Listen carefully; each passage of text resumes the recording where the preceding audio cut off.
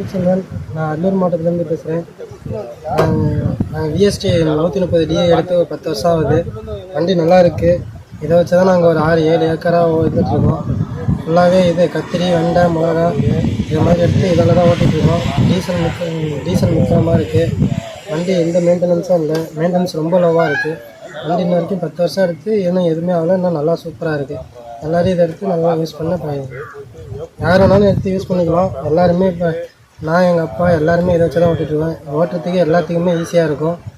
யார் வேணாலும் இந்த வண்டியை ஈஸியாக ஹேண்டில் பண்ணிக்கலாம். எதுனாலும் நம்மளே இப்போ அப்பப்போ சின்ன சின்ன ப்ராப்ளம் வரும். எது இருந்தாலும் நாங்களே பார்த்துப்போம்.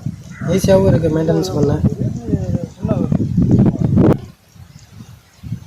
நாங்கள் இதை வச்சு தான் ஓட்டிகிட்ருக்கோம். ஒரு 7-8 ஏக்கராக இதை வச்சு தான் ஓட்டுறோம். எல்லாமே நல்லா இருக்குது.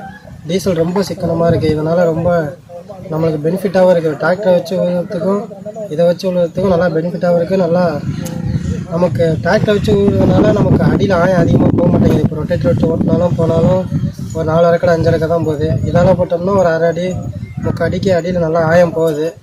அதனால் இது நல்லா பெனிஃபிட்டாக இருக்குது.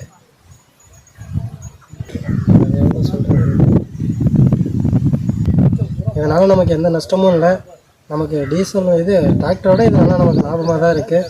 அதெல்லாம் எடுத்து மெயின்டெனன்ஸும் இல்லாமல் யூஸ்ஃபுல்லாக